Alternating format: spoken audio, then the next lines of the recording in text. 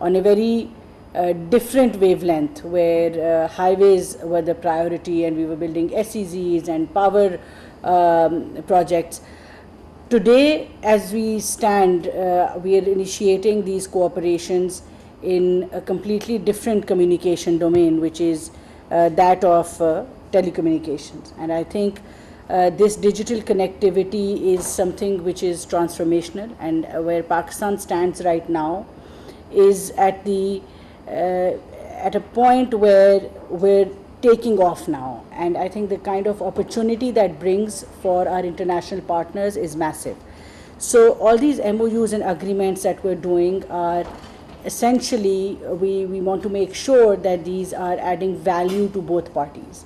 And that is the core principle, because we want that whoever works in Pakistan, on the basic commercial principles, should also enjoy and have value added to your organizations.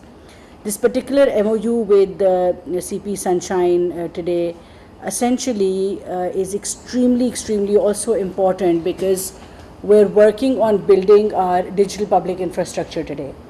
And needless to say why it is important. Digital sovereignty is something which is extremely critical at this point in time, where we used to talk about national security in a very different, from a very different lens a few years back.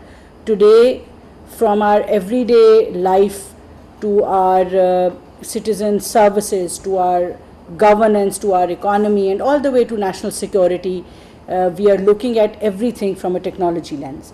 And this is where the DPI comes in and becomes extremely critical, not just for efficiency and transparency, but like I said, for the very core of the country and our existential situation.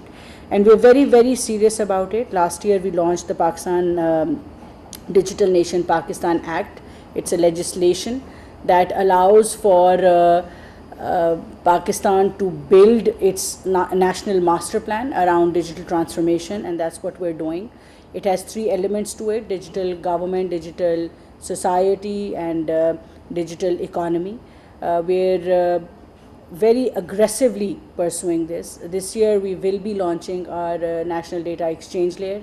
We have already started launching digital identities. We've rolled out almost over 2 million digital identities till date, and this will be exponentially going up now.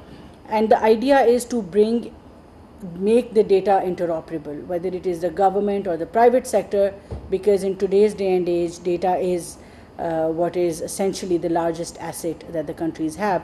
And with the kind of population that we are today, Pakistan is a huge market. It's a market opportunity for anyone who partners with Pakistan. And that also means that with the whole digital nation rollout, Pakistan will be creating more data than ever. And because we're at a point where we've just started digitization, the growth trajectory is very steep.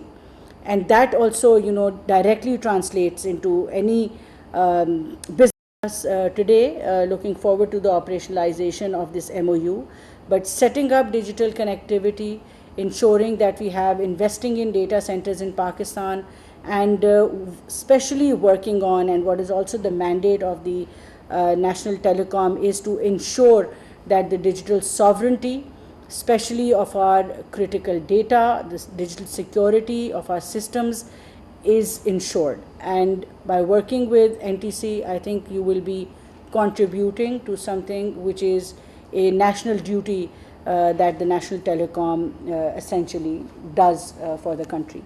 It is, like I said, extremely critical that we look at our capability in terms of data processing, in terms of compute, in terms of data centers and cloud, very carefully. And that's something the government of Pakistan is already doing under the National AI Policy. We're investing in our digital public infrastructure. We have a very large project with the World Bank going on, where we're heavily investing on our digital public infrastructure. But along with that, this is not something that any country can do in a silo.